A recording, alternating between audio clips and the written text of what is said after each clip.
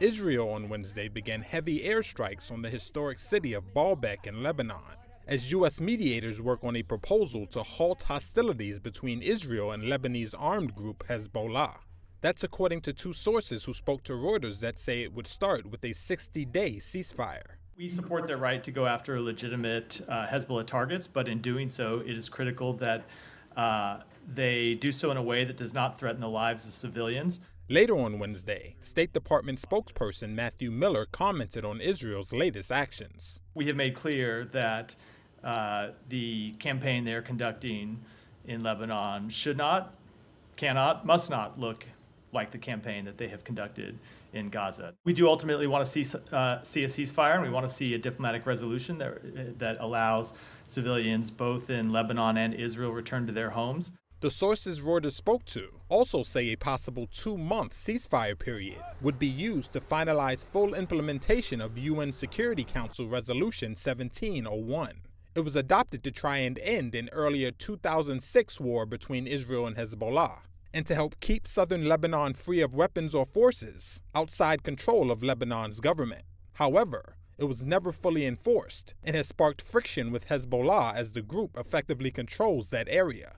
Lebanon's prime minister expressed hope that a ceasefire deal with Israel would be announced within days, as Israel's public broadcaster published what it said was a draft agreement of a truce. The effort comes as Naim Qassem, Hezbollah's new leader, said in his first speech that the Iran-backed group would agree to a ceasefire within certain parameters if Israel wanted to stop the war, but added that Israel had so far not agreed to any proposal that could be discussed.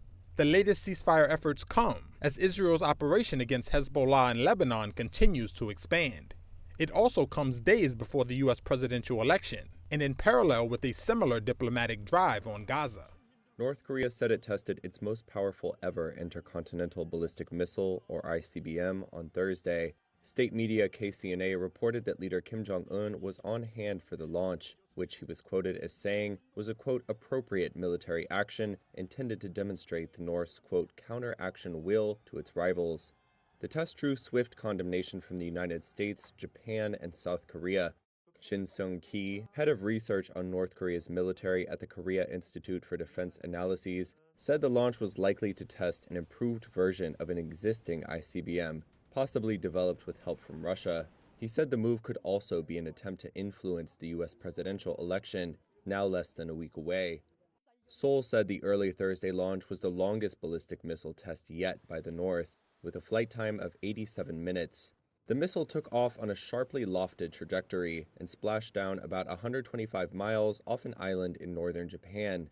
The Japanese government said it reached an altitude of roughly 4,300 miles and flew just over 620 miles. That distance puts anywhere in the mainland United States within range.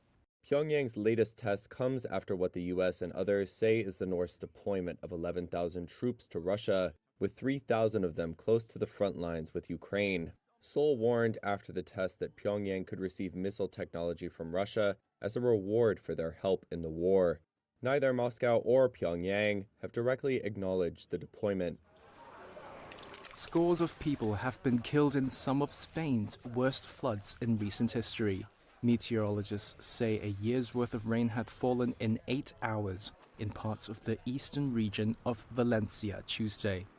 Authorities plan for more rescue operations on Thursday, and the death toll is expected to rise. In Utiel, locals combed through the mud and debris, cleaning up what's left of their livelihoods. 60-year-old teacher Encarna got emotional as she spoke about the pain she felt for all those who lost their lives in the flooding. Another Utiel resident, grocer Amadeo Ibanez, said he felt powerless as the river rose in half an hour, and he lost almost everything in that time. Many of Valencia's farmlands were submerged. The region is a key citrus producer in the country, accounting for almost 2/3 of the citrus fruit grown in Spain, a leading global exporter. One of Spain's largest farmer groups on Tuesday said it expected significant damage to crops. Roads were closed and rail services to Madrid and Barcelona were halted due to the rain. In a televised address, Prime Minister Pedro Sanchez promised to rebuild infrastructure that was destroyed. Scientists say extreme weather events are becoming more frequent due to climate change. Meteorologists think the warming of the Mediterranean, which increases water evaporation, is key to causing more severe rains.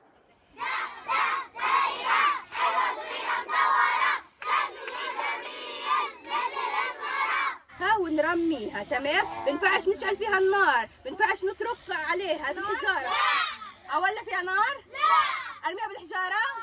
And there is a high risk of unexploded ammunition or ordnances that pose serious risks of killing and seriously injure the civilians, particularly children who are the most vulnerable, who play among the rubble, how they would look like, what are their shapes or colors, and how to deal with them, not to approach them, not to kick them, not to touch them, and to just inform any adult they can find to report on this incident. This could be life-saving, and this is a shared responsibility of parties to the conflict, also to limit the exposure of this risk.